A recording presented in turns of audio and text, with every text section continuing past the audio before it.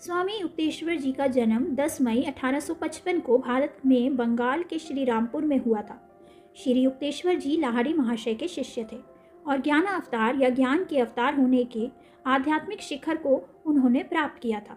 श्री युक्तेश्वर जी यह जानते थे कि पश्चिम के विज्ञान और प्रौद्योगिकी के साथ पूर्व की आध्यात्मिक विरासत का संश्लेषण आधुनिक संसार के भौतिक, मनोवैज्ञानिक और आध्यात्मिक कष्टों को कम करने के लिए बहुत कुछ करेगा।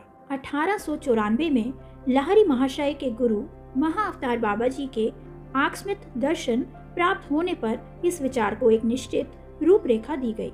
बाबा जी ने उनसे कहा, क्या मेरे अनुरोध पर आप ईसाई और हिंदू धर्म के अंतर्निहित सामंजस्य पर एक छोटी सी पुस्तक नहीं लिखेंगे? इन दोनों धर्मों की मूल एकता लोगों के सांप्रदायिक मतभेदों के कारण अस्पष्ट हो गई है। आप समानांतर संदर्भों के माध्यम से लोगों को यह दिखाइए कि ईश्वर के प्रेरित पुत्रों ने एक ही सत्य को कहा है।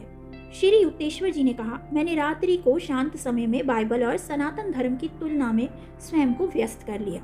धन्य प्रभु जीसस के शब्दों को उद्धृत करते हुए मैंने स्पष्ट किया कि मूलतः उनकी शिक्षाएं और वेदों की श्रुतियां एक ही हैं। मेरे परम गुरु की कृपा से मेरी पुस्तक केवल्य दर्शनम कुछ ही समय में पूरी हो गई। एक युवक के रूप में परमहंस योगानंद जी ही स्वामी युक्तेश्वर जी के पास आए थे। इन युवा सन्यासी को महान गुरु ने बताया था कि 1894 में महाअवतार बाबा जी ने उन्हें सूचित किया था कि स्वामी जी, आपको पूर्व और पश्चिम के देशों में सामंजस्यपूर्ण विचारों के आदान प्रदान में भूमिका निभानी है।